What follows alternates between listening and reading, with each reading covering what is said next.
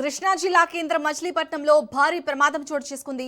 స్థానిక bell company వెనుక రోడ్డులో ఆక్సిజన్ సిలిండర్లు అకస్మాత్తుగా లీకై భారీ విస్ఫోటనం సంభవించింది.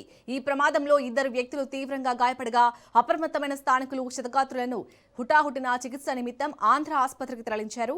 గ్యాస్ తీవ్రత ఎక్కువగా ఉండటంతో సిలిండర్లు ఒక్కసారిగా పేలి సమీపంలోని ఇళ్లపైకి, రోడ్డుపై ఉన్న మనుషులు, వాహనాలపైకి దూసుకెళ్లాయి. ఈ దాటికి ఓ ఇంటి గోడలు పూర్తిగా బద్దలవడంతో పాటు ఒక కారు, పలు ద్విచక్ర వాహనాలు నుజ్జునుజ్జయ్యాయి.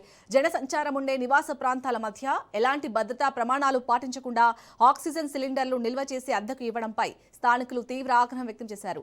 తక్షణమే ఇక్కడి నుంచి సిలిండర్లను తొలగించాలని డిమాండ్ చేస్తూ వారు రోడ్డుపైకి వచ్చి ఆందోళనకు దిగడంతో అక్కడ తీవ్ర ఉద్రిక్తత నెలకొంది.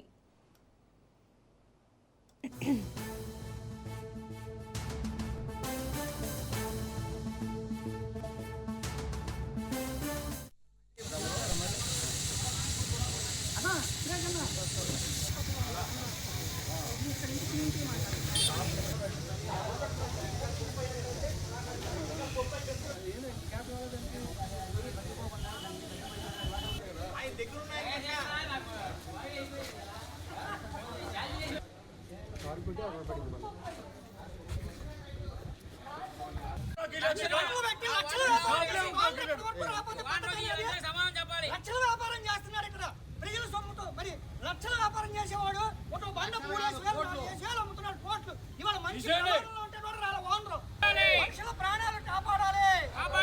ఇళ్ళ మధ్యలో గ్యాస్ బండ్లు తీసేయాలి. ఇళ్ళ మధ్యలో గ్యాస్ బండ్లు తీసేయాలి. మీకా దెబ్బలు తగిలినాయి ఎవరంటే వెనక కూర్చుని మీరేనండి. బండి అడ్డం ఉందా నీకు? ఆయనకి అయిందా? పొలిటికల్ ఇన్ఫ్లుయెన్స్ తో దాన్ని నెట్టుకుంటా వస్తున్నారు. ఇప్పటికైనా ప్రభుత్వం తీయపోతే మేమే అందరం కలిసి మా వాడకట్లో మా సందులో అందరం కలిసి మేమే తీసి బయటపడేస్తామండి. మేము దానికి సిద్ధంగా ఉన్నామండి. రోజు లీక్ అవ్వటాలు ఇవి జరుగుతాయండి. ఈరోజు తారా స్థాయిలో జరిగింది. ఇళ్లల్లో కూడా గ్యాస్ సిలిండర్లు వెళ్ళినాయండి. మేము అనేది దాని లైసెన్స్ ఎంతవరకు ఉంది, దాని పరిధి ఏంటి, అది ఎక్కడ అమ్మాలి, ఎలా అమ్మాలి అనేది ఒక ఫైర్ కానీ పోలీసు కానీ ఎవరు ఏ వ్యవస్థ పట్టించుకోవట్లేదు.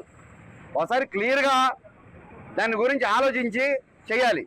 చేయకుండా మీరు చూస్తున్నారు కదా, వ్యాపారాన్ని 1 షాపు 2 షాపు 4 షాపులు చేశారు. పక్కన ఒక గోడకి అడ్డొచ్చింది. కొట్లో నుంచి షాపుల నుంచి బండ బయటికి ఆ కిటికీలోకి దూసుకొచ్చేసింది. అదే కానీ కొద్ది క్రాస్ అయినట్టు నా ఇంట్లోకి వచ్చేసేది. అందరూ ఎవరు లేరు. నేను జస్ట్ బయటికి వెళ్ళి అట్లా వచ్చేటప్పటికి బండలు పేలిపోయి ఉన్నాయి. డ్యామేజ్ ఒక అతనికి డ్యామేజ్ అయింది. అదే మనుషులు ఉన్నట్టయితే మనుషులు కానీ బాగా ఎక్కువ తిరిగినట్టయితే ఎంతమంది చనిపోయేవాళ్ళు. కారు బయట పార్కింగ్ లో పెట్టుందండి. ఆ వచ్చిన ఫోర్స్ కారు వెనకాల మొత్తం పప్పు అయిపోయి నాశనం అయిపోయింది. అది ఎందుకు పనికిరాదు. ఇప్పుడు గతంలో చాలా సార్లు లీకేజ్ మామూలుగా సౌండ్లు వచ్చాయండి, మరి అంత బాగా ఎప్పుడు అవ్వలేదు. ఈసారి మాత్రం బాగా గట్టిగా అయ్యింది. మనుషులు ఉంటే నిజంగా ఆ కారు లేకపోతే గ్యాస్ సిలిండర్ ఇంకెంత దూరం వెళ్ళేది కూడా చెప్పలేము. అది ఆల్రెడీ మీరు చూసుంటారు, వెనకాల గోడ పగిలిపోయి సగం దాకా వెళ్ళింది సిలిండర్. అది ఇంకా ఫోర్స్ ఎక్కువ ఉంటే ఇళ్లలోకి వెళ్ళిపోయేది, మనుషులు కూడా పోయేవాళ్ళు. ఇది చాలాసార్లు కంప్లైంట్ ఇచ్చాము, ఎవరు ఏమీ చేయలేదు. దీని గురించి కొంచెం త్వరగా మీరు యాక్షన్ తీసుకుని షాప్ ఇక్కడ నుంచి తీపిచ్చేసి మీరు కొంచెం మంచి చేస్తారని ఆశిస్తున్నానండి. ఇవి ఇప్పటివరకు ఉన్న updates. For more updates keep watching Raj news.